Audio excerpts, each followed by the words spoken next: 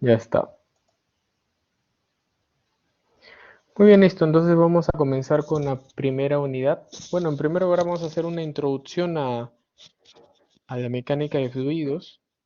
Eh, Vamos a comenzar con la unidad número uno, propiedades de los fluidos e hidrostática. Vamos a ver la introducción. En primer lugar, definir qué cosa es mecánica de fluidos, ¿no? La mecánica de fluidos proviene de dos ramas, uno mecánica y otra fluidos, ¿no?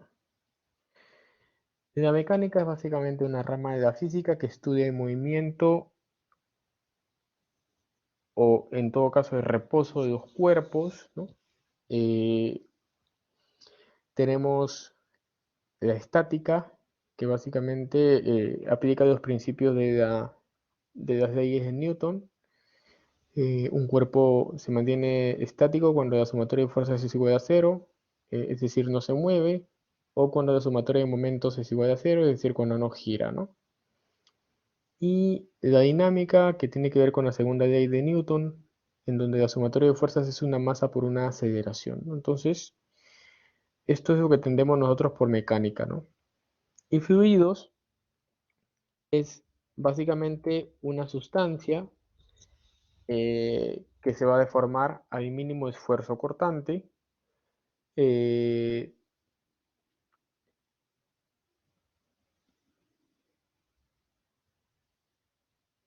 Estos fluidos pueden ser líquidos o pueden ser gaseosos, ¿no?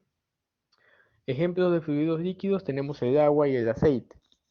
Ejemplos de fluidos gaseosos tenemos el aire y el hidrógeno. Nosotros en el curso vamos a trabajar con fluidos, ya sean líquidos o sean gases, ¿no? Pero particularmente para los ingenieros civiles nos interesan dos tipos de fluidos, ¿no? Uno, el agua y otro, el viento, ¿no? Son básicamente esos dos fluidos con los que vamos a trabajar en ingeniería civil específicamente.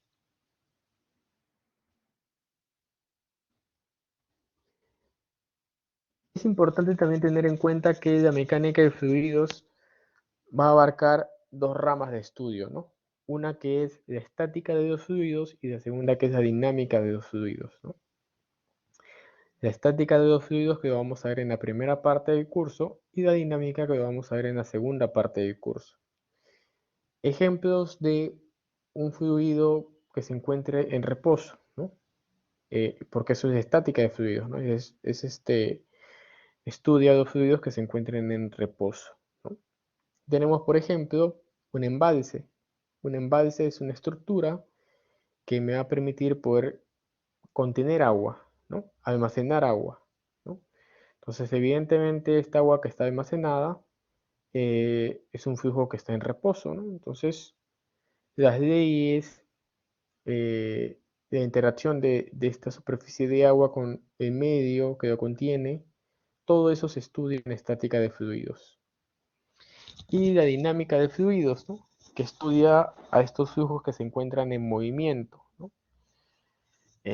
Tenemos, por ejemplo, un canal de regadío y por este canal de regadío pasan flujos de agua, ¿no? Entonces, analizar con qué velocidad pasan, si tienen alguna pérdida de energía, ¿no? Entonces, todo eso lo estudiamos en la dinámica de fluidos. Entonces, que sería la segunda rama en este caso.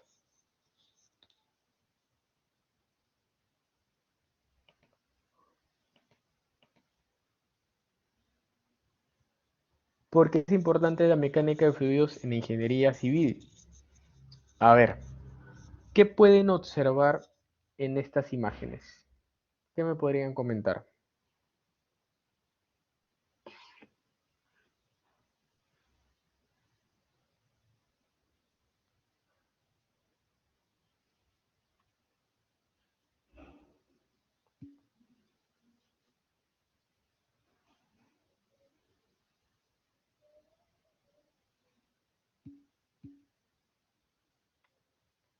A ver, veamos.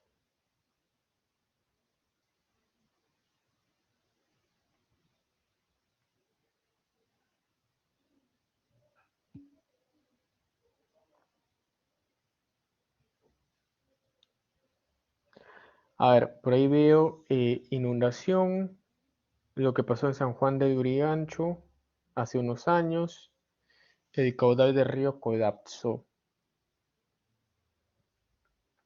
Sí, a ver, aquí vemos en la primera imagen época de estiaje.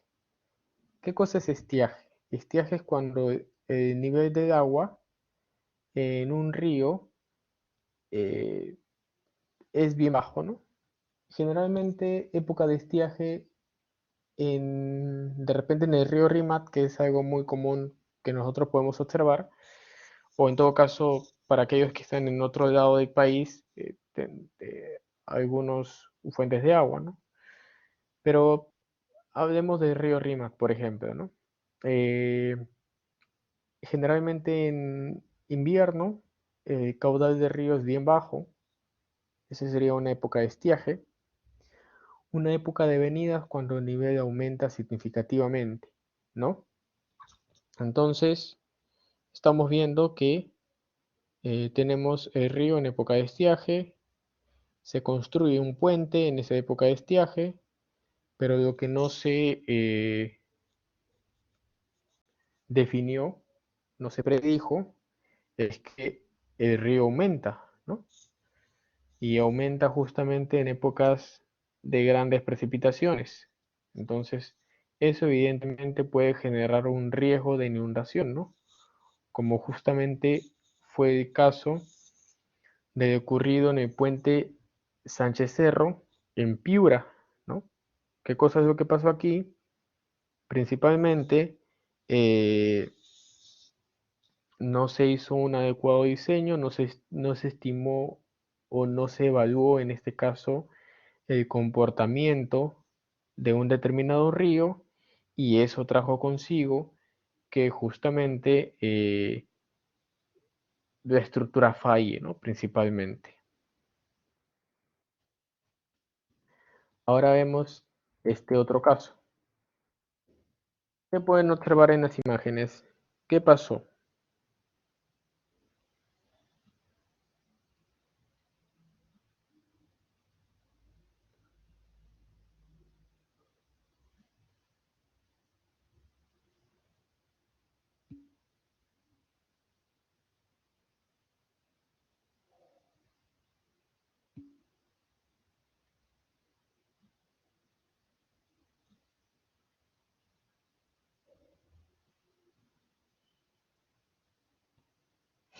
Veamos.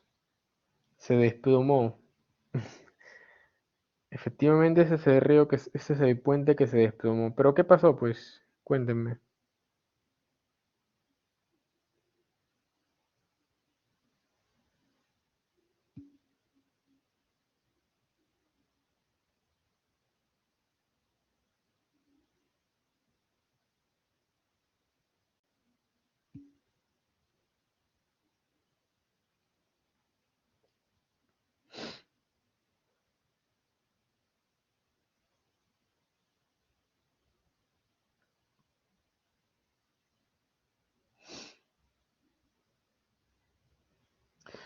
Se filtró el agua en la estructura, el río hizo erosión del suelo, parece que falla directa de la cimentación, al parecer el terreno donde se cimentó fue un terreno débil, las bases del puente estaban muy cerca a la orilla del río. Bueno, la mayoría de ustedes tienen razón, ¿no?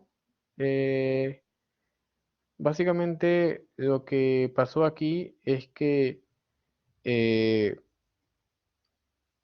el río, bueno, la ribera del río, en este caso es toda esta zona, lo voy a resaltar, toda esta zona era una zona débil, ¿ya? Toda esta zona. ¿Y por qué era débil? Porque básicamente esa zona es un relleno, ¿no? No es terreno natural, es relleno. Entonces, ¿qué cosa es lo que ha pasado aquí? Que los estribos del puente, la cimentación en este caso del puente, se ha, valga la redundancia, cimentado sobre un relleno, ¿no? Entonces, cuando evidentemente el caudal aumenta, también las condiciones hidráulicas varían, ¿no? Como en este caso, eh, podemos observar ahí que el nivel de agua aumentó, entonces eso pudo haber ocasionado que la velocidad de flujo también aumente, entonces poco a poco fue desprendiendo las partículas de suelo, se fue erosionando los márgenes y eso evidentemente ha ocasionado de que la cimentación quede débil y que llegue a un punto hasta desplomarse, ¿no? Como así se denominó, ¿no? Entonces, ello evidentemente ocasionó que la estructura ya no sirva. Este es un puente que ya no sirve. Me parece que hoy en día ya se ha demolido, me parece que ya no está. Pero, bueno, es básicamente lo que sucedió, ¿no? Obviamente, este puente me parece que cuando se desplomó tenía recién unos 4 o 5 años. Evidentemente, uno no construye un puente para que dure 4 o 5 años, ¿no? Como mínimo debería haber durado más de 30 o 40 años, ¿no? Entonces, evidentemente, aquí ha habido un mal diseño y una mala comprensión del agua en este caso, ¿no? Entonces, lo pongo aquí como ejemplo porque es importante ello para poder en este caso eh, definir y estudiar correctamente la mecánica de fluidos, ¿no? Es una de las razones por las cuales es importante la mecánica de fluidos en la ingeniería civil.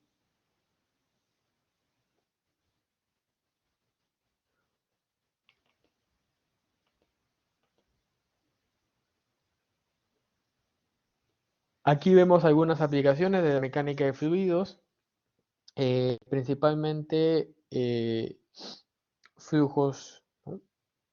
Aerodinámicos, en este caso, ¿no? Que de alguna u otra forma ayudan o permiten que se puedan efectuar diversas actividades en este caso, ¿no?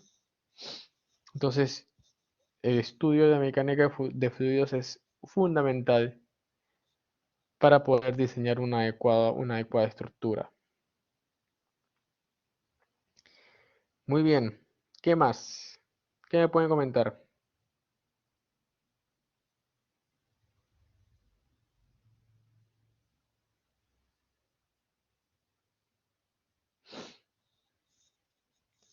Vamos a ver ahora eh, las propiedades de los fluidos. Todo fluido tiene propiedades. Entonces vamos a ver cuáles son esas propiedades de estos fluidos. En primer lugar, definir dimensiones y sistema técnico de unidades. ¿Ok? Eh, nosotros tenemos dos tipos de magnitudes que básicamente se estudia en la mecánica de fluidos. Tenemos una magnitud básica y también tenemos magnitudes derivadas. Magnitudes básicas y magnitudes derivadas. Como magnitud básica, ¿qué tipo tenemos? Las básicas son las siguientes, ¿no? Masa, longitud y tiempo. Esas son magnitudes básicas, ¿no? ¿Cómo las represento de forma dimensional? La masa se representa con m, longitud con L y tiempo con T. Así como tenemos magnitudes básicas, también tenemos magnitudes derivadas, ¿no? ¿Qué es una magnitud derivada? Es básicamente aquella magnitud que puede ser expresada en función de magnitudes eh, básicas en este caso, ¿no? Como la que podemos observar en la siguiente expresión. No tengo aquí una magnitud derivada que sería phi, que a su vez está en función de magnitudes básicas de masa, longitud y tiempo, ¿no? Ejemplos de una magnitud derivada. A ver, ¿qué ejemplos me pueden dar de magnitudes derivadas? ¿Quién me podría comentar? A ver, menciónenme ejemplos de magnitudes derivadas.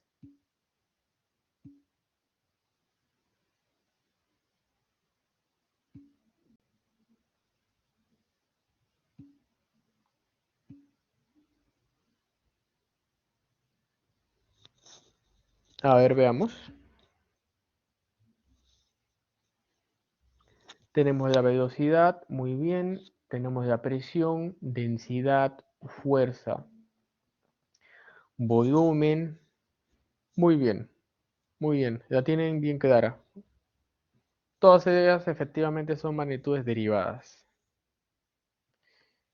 Entonces aquí tenemos la velocidad, que es un espacio entre un tiempo.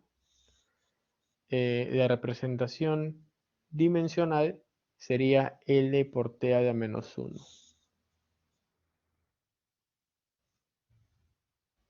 Y los exponentes A igual 0 porque no tengo masa, ¿no? Esta magnitud derivada no tiene masa. B es 1 y C es menos 1, ¿no? La siguiente, que es el peso, que es una masa por la gravedad. ¿Cuál sería la representación dimensional del peso? A ver quién la puede hacer.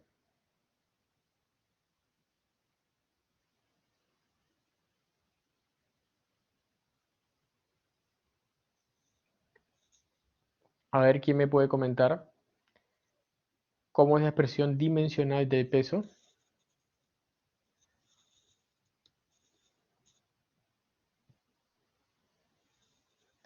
M por E por T a la menos 2.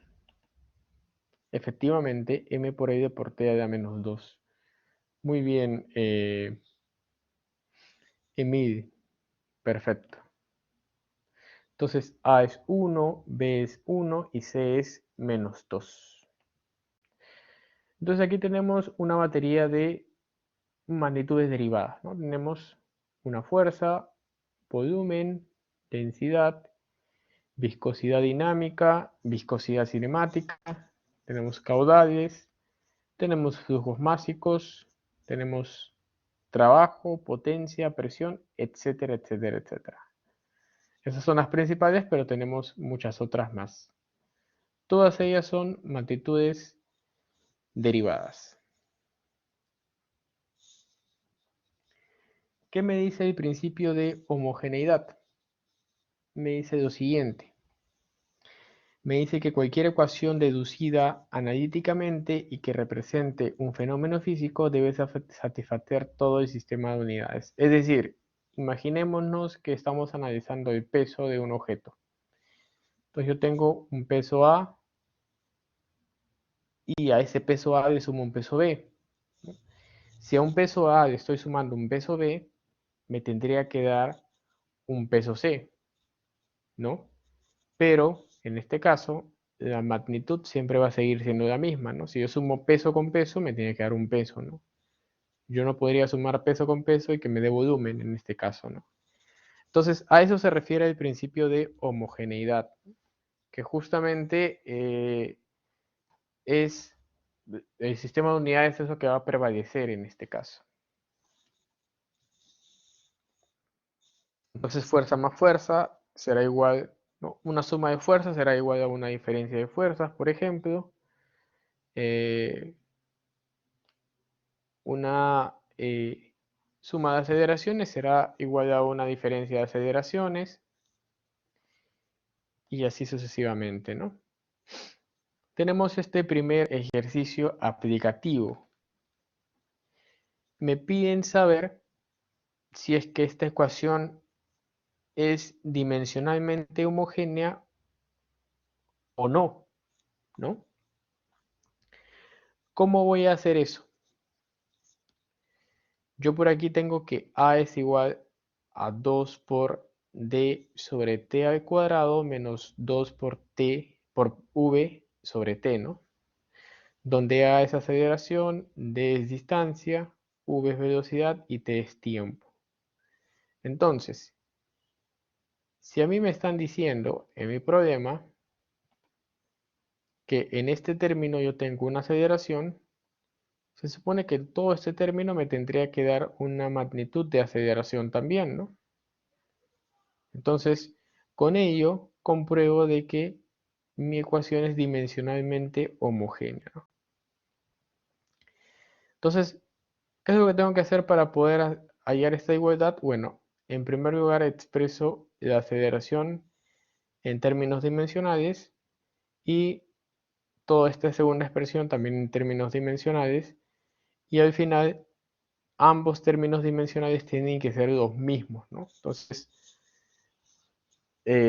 si por un lado yo tengo aceleración, por el otro lado también tendría que tener aceleración. Y con eso compruebo de que se trata de, en este caso, una ecuación dimensionalmente homogénea.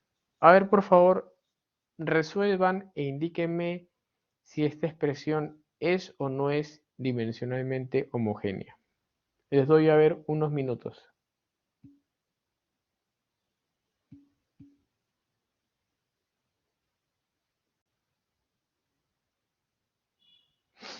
A ver, veamos.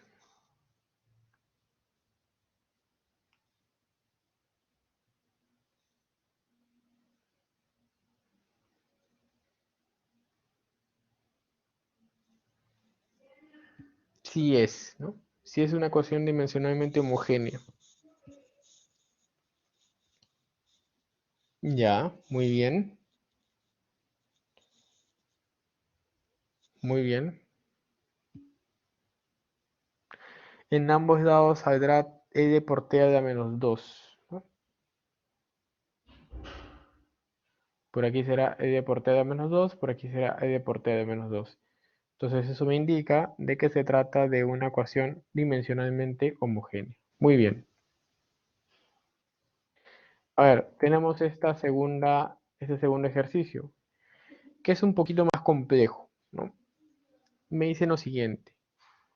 Me dicen que la siguiente fórmula determina el tipo de comportamiento de un fluido en movimiento dado por la ecuación del número de Reynolds, ¿no?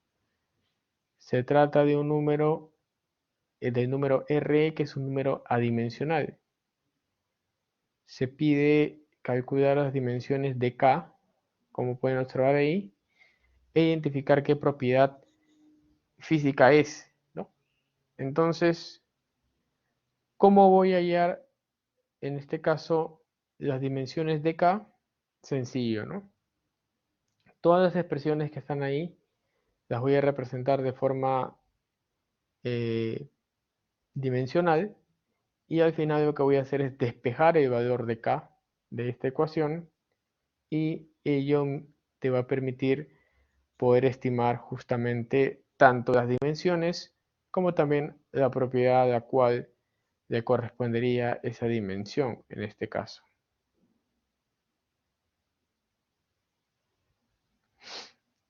A ver, ¿cuál sería la expresión dimensional de este parámetro K? Y en todo caso, ¿a qué propiedad correspondería en ese sentido, ¿no?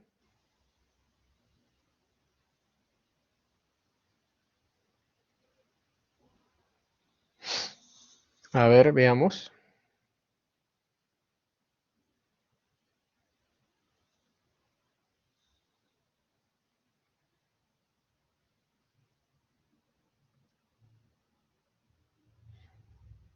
A ver, hay que responder ahí la pregunta, ¿no? Me están pidiendo, en este caso, que determine cuáles son las dimensiones de K e identifique qué propiedad física es. Son dos preguntas, ¿no?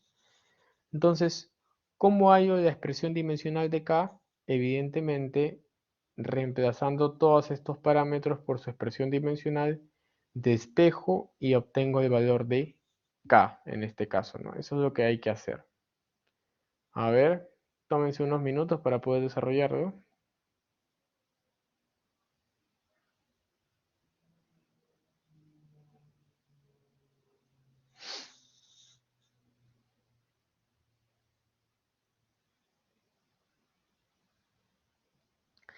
m por e a la menos 3. Densidad. Correcto. Efectivamente. La representación dimensional de K es m por e a la menos 3. Y nosotros sabemos que la masa sobre volumen me representa una densidad. ¿Ok? Entonces, muy bien lo que menciona su compañero. No sé si hasta aquí habría alguna pregunta. O todo está claro hasta aquí.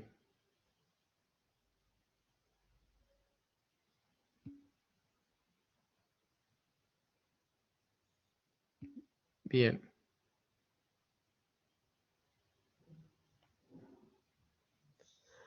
Muy bien. Entonces, bueno, ya hemos visto las dimensiones básicas, ya hemos visto las dimensiones derivadas.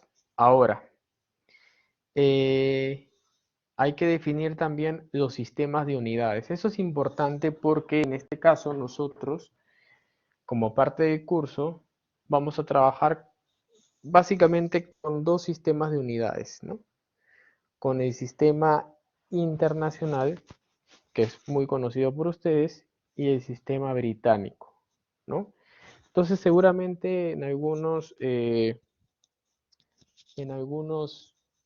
en algunas prácticas o de repente en algunas evaluaciones, a ustedes tranquilamente se les puede decir, ¿saben qué? Quiero que me den mi respuesta en el sistema internacional o ¿saben qué? Quiero que me den mi respuesta en el sistema británico. Entonces es importante que ustedes en primer lugar reconozcan los tipos de dimensiones que hay. Por ejemplo, si hablamos de fuerzas, en el sistema internacional se maneja el Newton, en el sistema británico se maneja la libra fuerza, ¿no?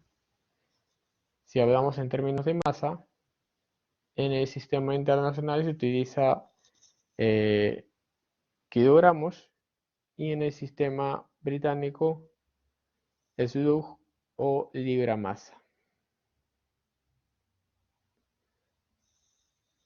Luego tenemos la longitud, que en el sistema internacional se mide en metros, en el sistema británico en pies. Y bueno, no hay tiempo, que es lo mismo para todos, ¿no? Entonces, este sistema internacional de unidades fue adoptado en la Conferencia General de Pesas y Medidas, ¿no? Y bueno, el sistema británico, en este caso que es un sistema ya común que viene desde tiempo atrás, en ese sentido, importante también resaltar lo siguiente, ¿no? Que la temperatura es una dimensión básica independiente, las otras cuatro se relacionan mediante la segunda ley de movimiento de Newton, ¿no? Una fuerza es una igual a una masa por aceleración, entonces una fuerza es igual a una masa por una longitud por t a la menos 2 en este caso, ¿no?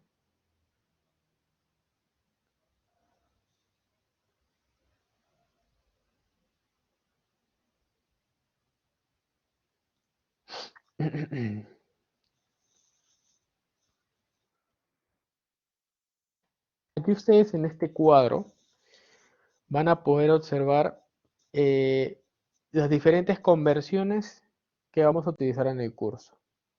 ¿Ok? Tenemos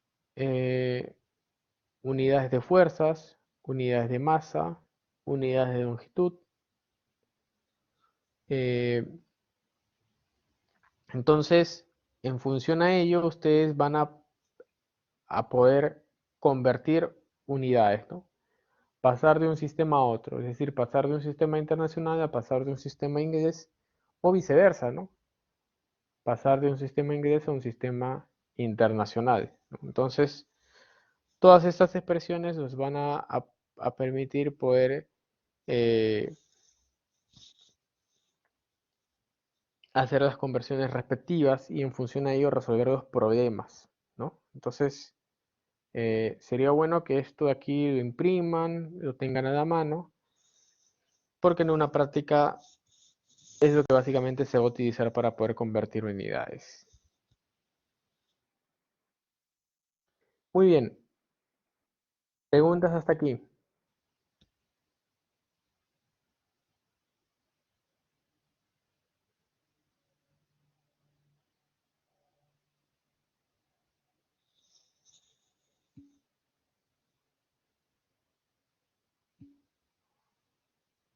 Perfecto. Vamos a las propiedades de los fluidos. Una de las propiedades muy común y que no solamente es parte de los fluidos, sino es una propiedad universal, es la densidad, ¿no? ¿Qué cosa es la densidad? Es la concentración de masa y se expresa en términos de masa, ¿no? Por unidad de volumen. Esta densidad depende de la presión, depende de la temperatura y del porcentaje de materia extraña presente en este caso, ¿no? ¿Cómo determinamos la densidad? Es una masa sobre un volumen.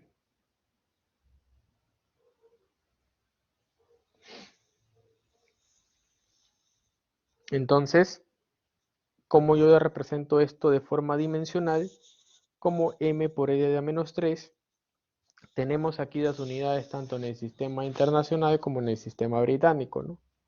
En el sistema internacional tenemos kilogramos por metro cúbico y en el sistema británico tenemos Slough por pie cúbico. Tenemos lo siguiente aquí. Tenemos en este caso tres tipos de fluidos y tenemos básicamente tenemos agua, tenemos aceite y tenemos arena. Entonces, con ello, ¿qué es lo que quiero saber? ¿Cuál será la distribución de estos fluidos en un depósito? Es decir, imaginémonos que tenemos un tanque y vamos a llenar estos tres fluidos, ¿no? ¿Cuál estará por debajo, cuál estará en medio y cuál estará encima? A ver si me pueden decir cuál sería la distribución de estos componentes cuando yo los coloque de repente en un cilindro.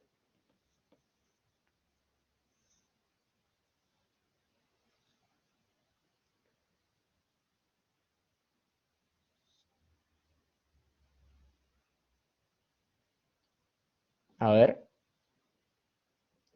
¿alguien tiene idea? ¿Cuál será la distribución?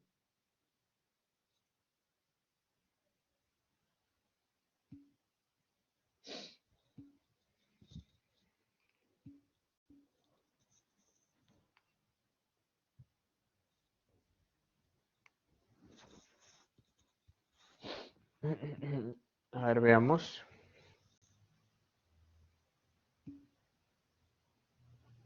Arena, agua, aceite. Arena, agua, aceite, arena, agua, aceite. Bueno, a ver, vamos a ver.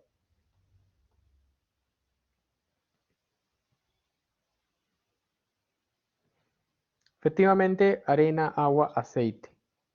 Yo les pregunto por qué. ¿Por qué de arena se asienta abajo? ¿Por qué de agua en medio? ¿Y por qué de aceite en la parte de arriba? ¿Qué cosa ha pasado?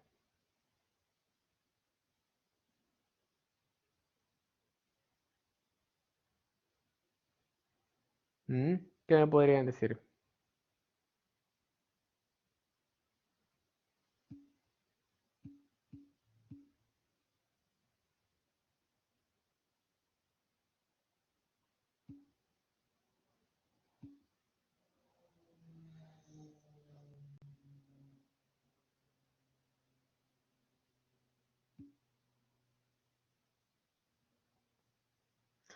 A ver, por la densidad, ¿no? Uno es más denso que el otro.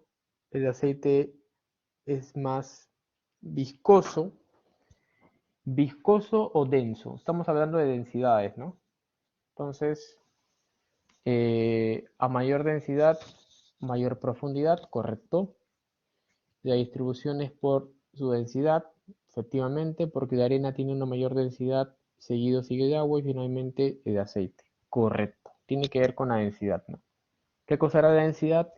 Era la cantidad de materia en un determinado espacio, ¿no? La cantidad de masa en un determinado espacio. Entonces eso quiere decir que, por ejemplo, la arena o presenta mayores átomos, en este caso, en, en un determinado espacio, ¿no? Cosa que no es lo mismo con el agua o que no es lo mismo con el aceite.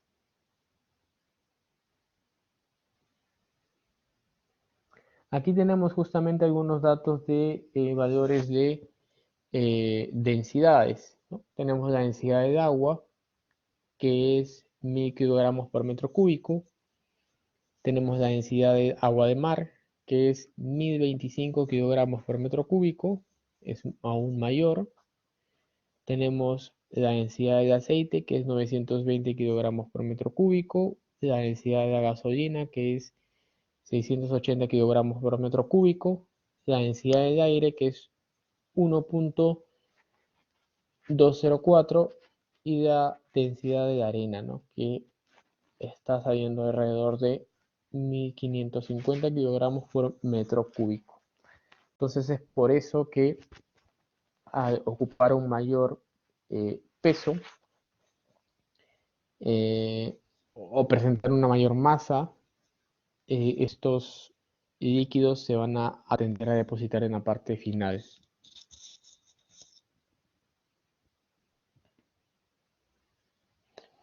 ¿Qué otro, eh, ¿qué otra propiedad tenemos? Tenemos el volumen específico, por ejemplo, ¿no? El volumen específico es el recíproco de la densidad. ¿Qué quiere decir eso? Quiere decir que en este caso, eh, si yo tengo un valor de densidad, la inversa de esa densidad vendría a ser mi volumen específico, ¿no? Es decir, mi volumen específico sería 1 sobre densidad. Peso específico es otra propiedad. Es la cantidad de peso, ya no es masa, sino ahora es peso, la cantidad de peso por unidad de volumen, ¿no? Eh, ¿A qué es igual el peso específico? Densidad por gravedad, o en su defecto, eh, en este caso, sería el peso sobre el volumen, ¿no? Si lo queremos hallar también directamente. Importante, las unidades de peso específico es m por e a menos 2 por t a menos 2. Tenemos justamente en el sistema inglés, tenemos unidades como kilogramo fuerza por metro cúbico o newton por metro cúbico, y en el caso de la unidad británica, libra fuerza por pie cúbico.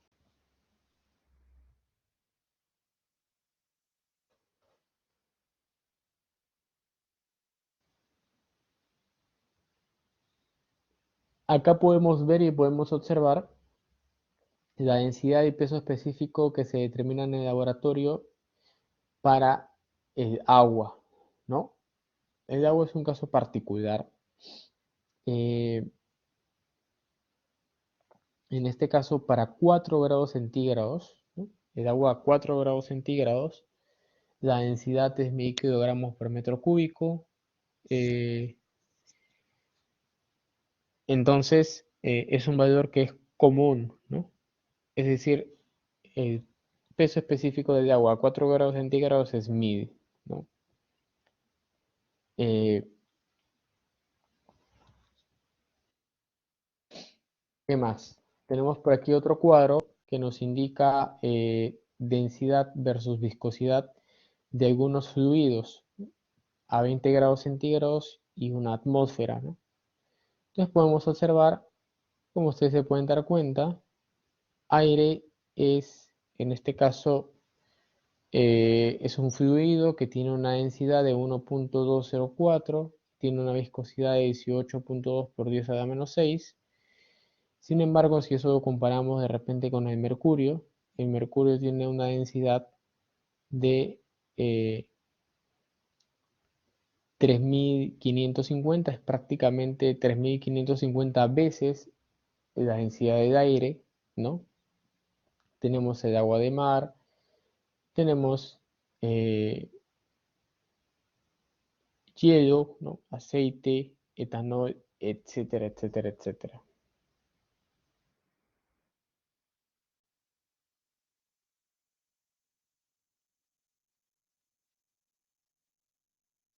Muy bien. Otra propiedad es la densidad relativa o también conocida como gravedad específica, ¿no? Esta densidad relativa o gravedad específica eh, es el peso de un fluido sobre el peso o densidad del agua, ¿no? Eh, entonces es así como se determina esta gravedad específica, ¿no? Sería eh, primordialmente evaluar, ¿no? En este caso, esta gravedad específica sería densidad de una sustancia sobre la densidad del agua o en su defecto peso específico de una sustancia sobre el peso específico de agua, ¿no? Muy bien. A ver, ya habiendo visto hasta el momento estas propiedades, tenemos el aceite, tenemos,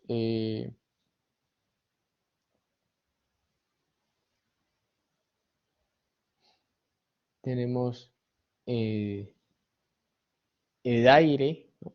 En general, tenemos una diversidad gama de fluidos, ¿no? Entonces, en función a ello es que vamos a tener una diversidad de ejercicios en poder resolver, ¿no? Entonces, específicamente en este ejercicio aplicativo, en donde tenemos que evaluar estas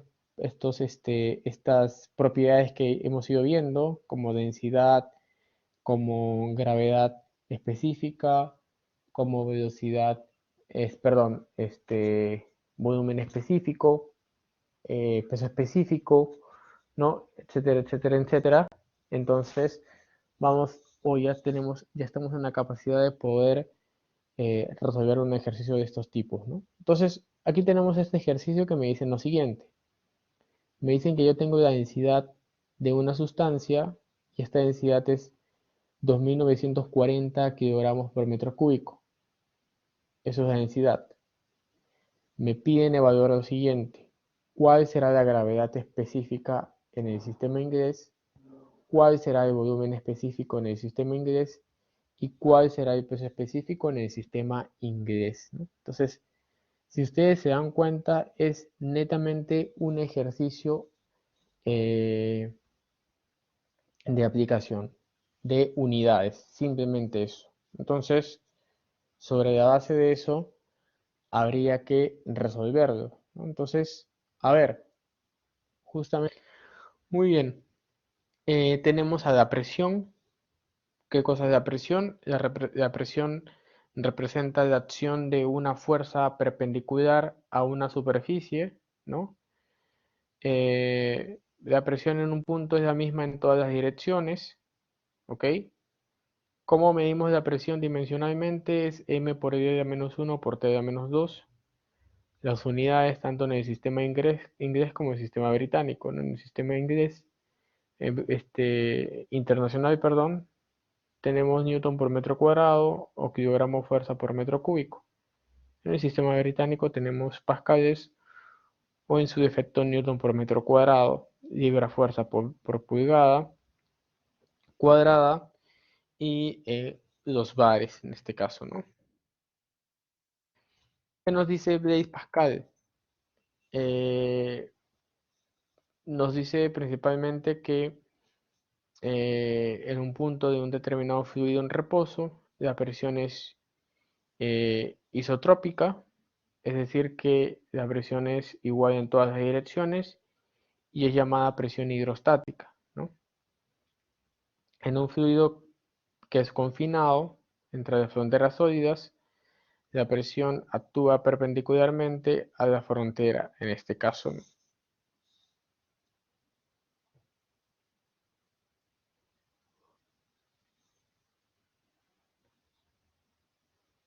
Podemos ver lo siguiente.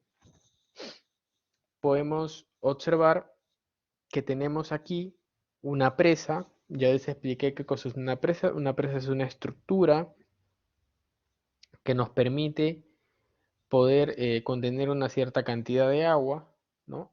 Entonces es una estructura que se encuentra en,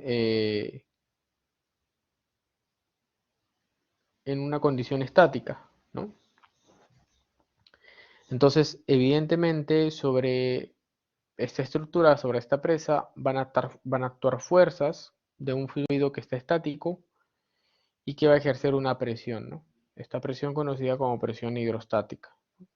Entonces, importante conocer y definir la presión porque en un adecuado diseño se tienen que tomar también en cuenta las presiones que va a ejercer el agua.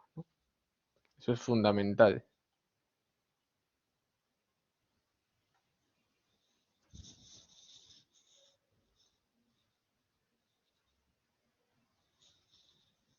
¿Qué cosa entendemos por presión atmosférica? Una presión atmosférica es básicamente aquella presión que va a variar con la altura y las condiciones climatológicas. Es decir, a una mayor altura, la presión atmosférica es igual a cero. Eso lo podemos observar en este gráfico, ¿no? Imaginémonos que nos encontramos a 1000 metros sobre el nivel del mar y mi presión es aproximadamente 300 megabares, ¿no? Entonces, ¿qué sucede si en este caso, altura sube, ¿no? Si en este caso la altura sube,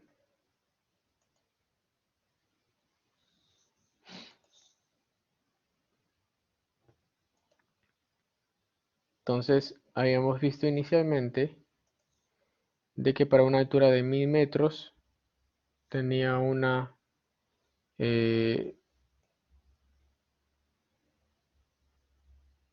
una presión de aproximadamente 300 megabares, ¿no? Si esta altura aumenta, ya no es 1000, sino es 2000, va a disminuir, ¿no? Entonces es por eso que son inversamente proporcionales, ¿no? A mayor altura, menor presión atmosférica.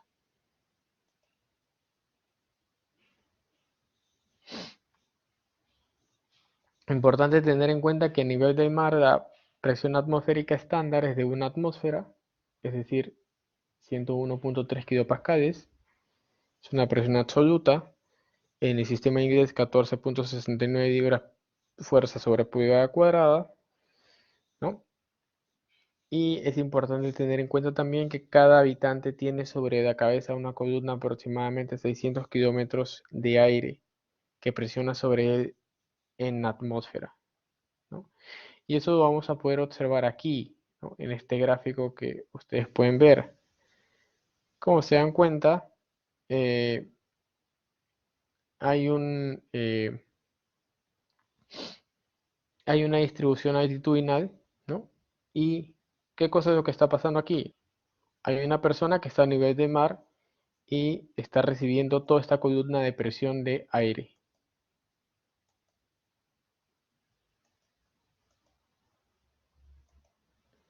¿no? Entonces, para esta primera persona que se encuentra a nivel de mar, tiene que soportar toda esta cantidad de aire.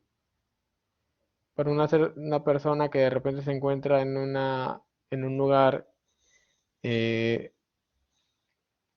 con una altitud media, ¿no? Entonces, la presión atmosférica va a ser significativamente menor que con respecto a la posición inicial. Y ya si se encuentra a una altura elevada, en este caso la presión atmosférica es bien pero bien pequeña, ¿no?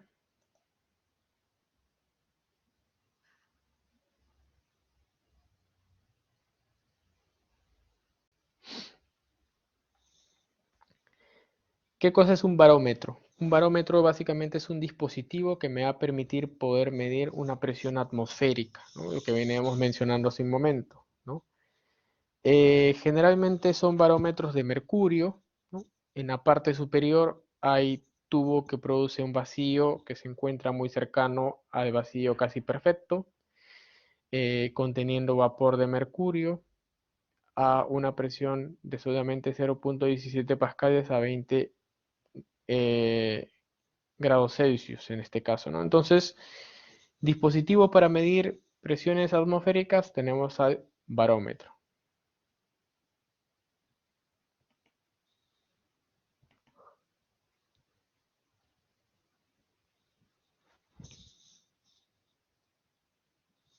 Muy bien, hasta aquí, ¿alguna pregunta? Muchachos, hasta aquí alguna pregunta.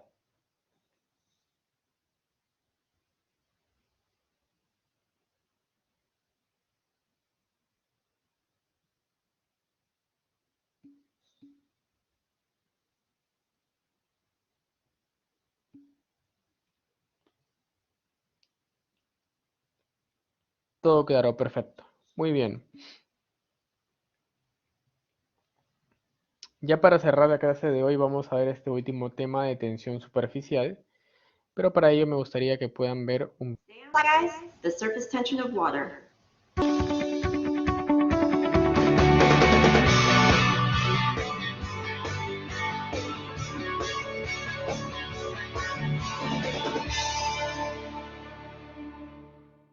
Welcome to Sci Guys. I'm Ryan. And I'm Teresa, and today we're doing surface tension of water. And we're going to use pennies, but unfortunately, they don't make them in Canada anymore. We need to steal these. Surface tension is the tendency of the surface of a liquid to resist external forces such as gravity. The equipment you're going to need for this episode includes a bowl full of pennies or dimes, a glass, measuring cup, and if you want, some food coloring. While we're not working with anything hazardous today, it's always a good idea to wear an apron or lab coat to protect from spills and splashes. The first step in your experiment is to take your glass and a measuring cup full of colored water and fill up your glass until the water reaches the absolute top brim of the glass. It should look like a slight dome of water. The next step is you want to take your penny and very gently drop it in the middle of the glass. If the surface shakes, you want to give it time to settle down before dropping another one. Continue to add pennies to your glass until water spills over the edge. The water in your glass should now be in a dome shape that rises above the rim of the glass. Let's look at this experiment a little closer. Water is an amazing substance. One 8-ounce cup of water contains in the neighborhood of 7.91 times 10 to the power of 24 molecules of water, which is around this many molecules of H2O in every cup. This puts into perspective how very small water molecules are. Each water molecule is made up of one oxygen atom and 2 hydrogen atoms in a V shape. Water molecules want to stick close to each other. The force that keeps them within close proximity to each other is known as cohesive force. Cohesion happens between all liquid molecules, but because the molecules inside our glass pull on each other equally in all directions, they generally cancel each other out. However, since the surface of the water has air molecules above it instead of water molecules, the cohesive bonds between the surface molecules are much stronger than those inside the glass. These stronger surface bonds generate a net inward force pulling the surface molecules toward the middle of the glass, keeping them all together. This strong inward force causes the molecules on the surface to contract and to resist being stretched or pulled away, creating an almost elastic tension at the surface of the water, known as surface tension. When we add pennies to our water glass, the water level rises, and the inward pull of surface tension keeps the water from spilling over the edge, generating a convex dome that rises above the glass. The dome will continue to rise as we add pennies until the amount of force pressing down on the dome by gravity is greater than the surface tension generated by cohesion, causing water to spill over the edge of our glass. Water will continue to spill out of the glass until the force of gravity and surface tension are equal. If you look at the dome of water from the side, you will notice that it has rounded edges at the rim of the glass and a flat top. The flat portion of the dome is created by gravity pushing down on our dome of water. That's it for surface tension of water. Thanks for watching. If you enjoyed this episode, let us know in the comments below and subscribe. Muy bien, chicos, ¿qué me pueden comentar del video? ¿Qué me pueden decir?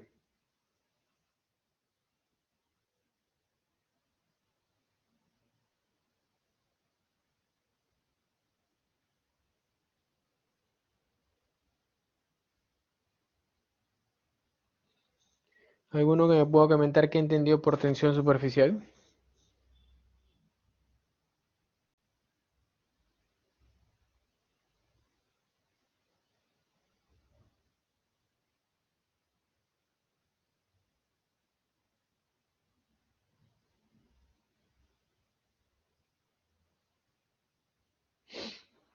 ¿Nadie? ¿Qué cosa es tensión superficial?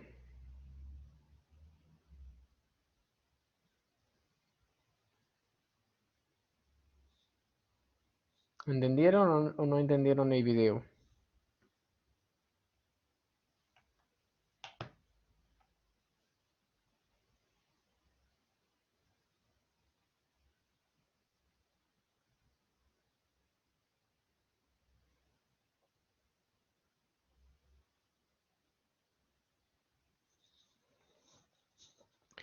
Muy bien, básicamente la tensión superficial es una condición de las moléculas de hidrógeno y oxígeno que se componen básicamente las partículas de agua.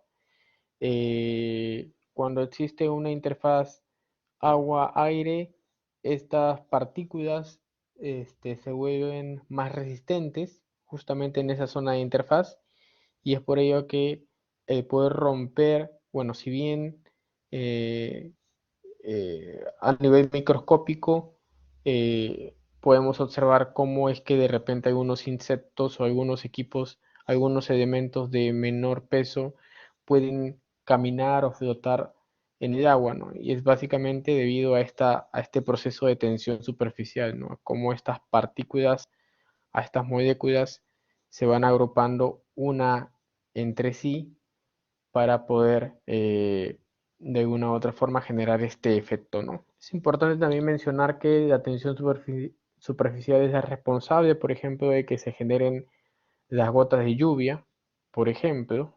Eh, entonces tiene una diversidad de análisis, ¿no? Aquí podemos observar, ¿no?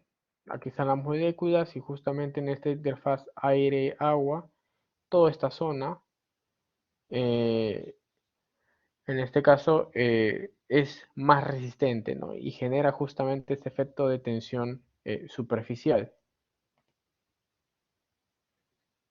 Y bien, finalmente la capilaridad, bueno, que eso lo vamos a explicar con mayor calma la próxima semana porque aquí tengo un video que mostrarles también, bueno, que dura regular.